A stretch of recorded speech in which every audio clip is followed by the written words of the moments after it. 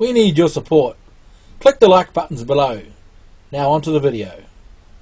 Welcome to readtheticker.com.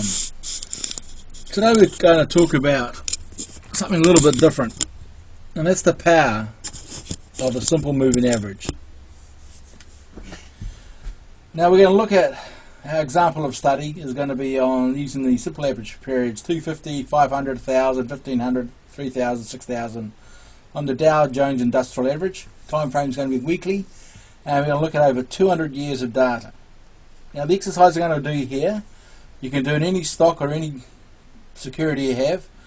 Obviously to do weekly data you're going to need at least 15-20 years of data.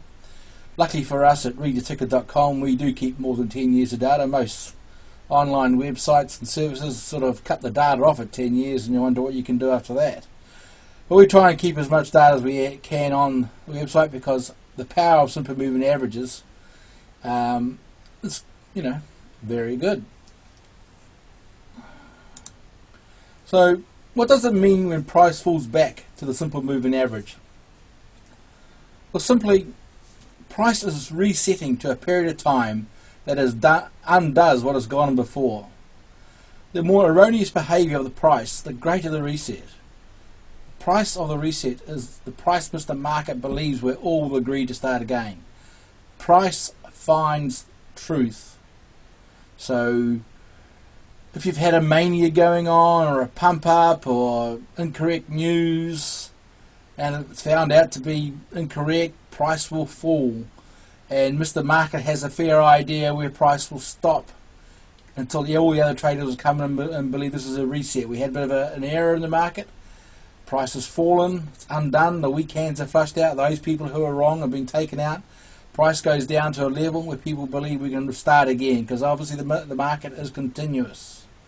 And over a period of time, when you have 200 years of Dow data, you've got lots of history there to study, and lots of manias, lots of crashes, wartime, inflation time, and you can see how the moving averages have decided where the resets start again. Let's go and look at the data.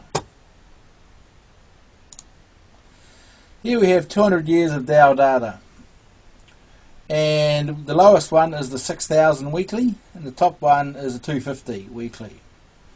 Now, surprisingly, if you take time to study this, the moving averages are drawn here to catch every major catastrophic low. So the low points, or the sell-offs, this is where demand has decided to come back in. This is where the reset has said, right, this is the true price, let's start again. Now I've only got 200 years of data, so drawing the 6000 weekly data is a little hard. But as you can see, if I draw a trend line from these two low points here,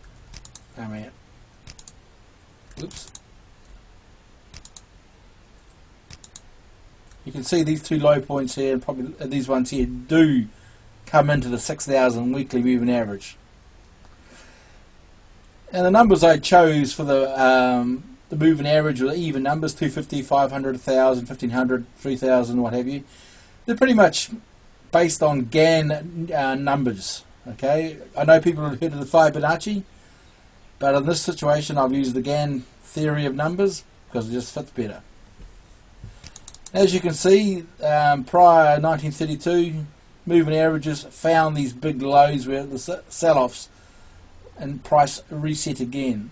The big crash in 1929 went down to 300 or 30 or something. So that's where the reset was. Obviously, if we were going to mirror that again, it'd be pretty horrific. That would be down to 2.8 or 3000. And as we can see through the correction period, they did a lot of QE going on here. 1937 sell-off down about here somewhere. And this is 1937 top, and the relative sell-off, it came down to the 3000 SMA.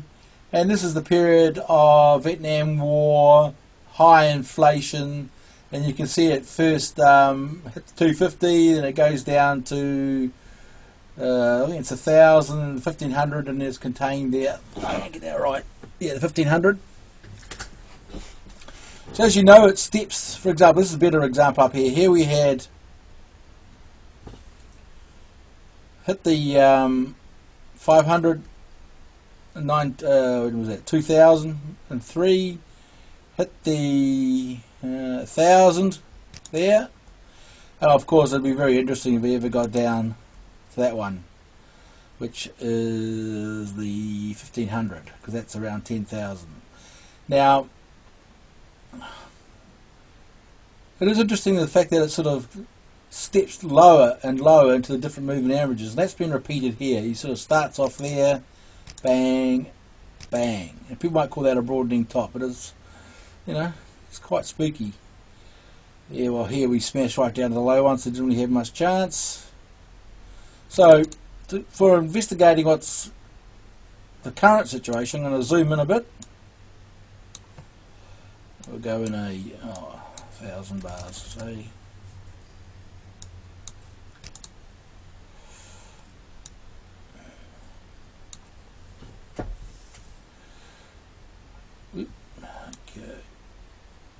Okay, so here we have periods into the future. You can see here, this is the, I've just got the 250 here in a very light shade. Okay, this is the November election in the US. What we see here, which is a bit concerning, is a very strange behaviour of the Dow. It's mania. It's straight up nearly every day. It just shoots up without any corrections, unlike all this behaviour here. See this behaviour here? It just shoots up. So that mania there is, you know, at a risk of correcting all the way down to 18,000, because that is uncharacteristic. It's obviously we've got a bit of a correction going on here. If this was 1987, the 250 weekly moving average stopped the 1987 crash. Okay, this is where it stopped down here in 1987. So I don't say we got, I mean, obviously the moving average can go, if we draw the trend line here, pricing goes sideways to hit it, or pricing go down there. You know, time is the factor. So if it was a crash like 1987, we'd be down there by, you know, in a 4 or 5 week period. If it's not, then it might consolidate and go up or whatever. So I'm just sort of saying it's a long time in a weekly chart. That is, you know, it's only 3 years. So if there is a serious correction going on and that main needs to be corrected, I think something could seriously happen between now and 2020, which is the next 2 years.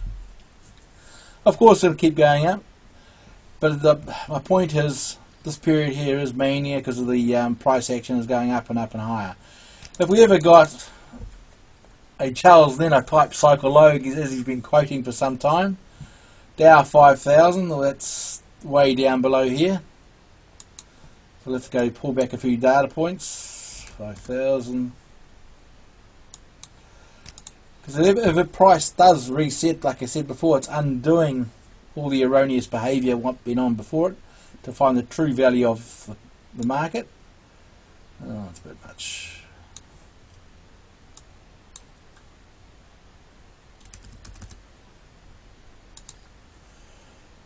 Okay. Right, here we go. So here's 1987, as I said before, and it falls to the 250 weekly. I mean, Charles Nenner said in his cycle work, we're in for 5-year bear market. That would take us to the 1987 high. That's where the 6,000 weekly moving averages, which is, I believe it's about 2,867 at the moment, but obviously it'll get to 3,000 or 4,000 if it takes that long. I mean, God help us. But I think the greatest risk at the moment is a correction towards the 250 weekly moving average, whether it's in a month or 2 years. If there is to be a correction, but it just completely this strange behaviour of the Dow is just. Oh, where are we? Wrong button. The strange behaviour of the Dow is something we haven't really seen for some time. You know, it's just flipping nuts. Oh, we've got a bit of speed up work here. So the 250 is the place where it might reset, which is about 18, 19, 20,000. Like I said before, falling back to the moving average is a reset of what has gone on before. It has been considered erroneous or fake, or what do you want to use it. So this is the power of the simple moving average. It's rather spooky. So when price does fall again and you're thinking, oh, you know, what do I do now? Do I pull out my Fibonacci's? Do I pull out my trend lines? I suggest you pull out your simple moving averages, weekly charts, and drop in these numbers and see where everything is. Thanks very much for watching.